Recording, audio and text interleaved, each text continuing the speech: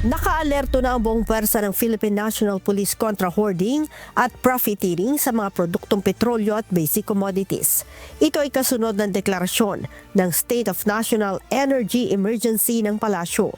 Ayon kay PNP Public Information Office Chief, Police Brigadier General Randolph Toaño, ipinag-utos na ni PNP Chief Police General Jose Melencio Nartates Jr. sa mga pulis sa buong bansa na maging alerto at bantayan ang mga vital installations, critical infrastructure at komunidad. Malinaw naman po yung mandato ng Philippine National Police with or without crisis po sa oil. Ito po ay public safety, PNP sa Northern. Pero kaugnayan po na nasabing Emergency Crisis Committee na nilabas po ng ating mahal na Pangulo na patuloy ang pakikipag-ugnayan ng PNP sa DOE at saka sa BPI, sa DSWD.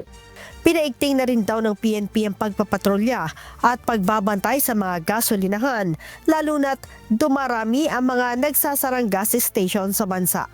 Bukod sa mga produktong petrolyo at LPG, kasama din sa babantayan ng mga pulis ang presyo ng mga basic commodities.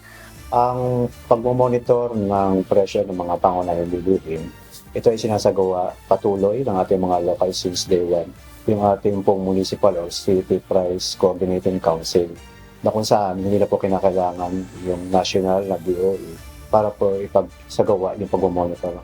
Panawagan ng PNP sa publiko, makipagtulungan at maging responsable sa paggamit ng enerhiya. Leia Ilagan, humahataw sa balita ngayon.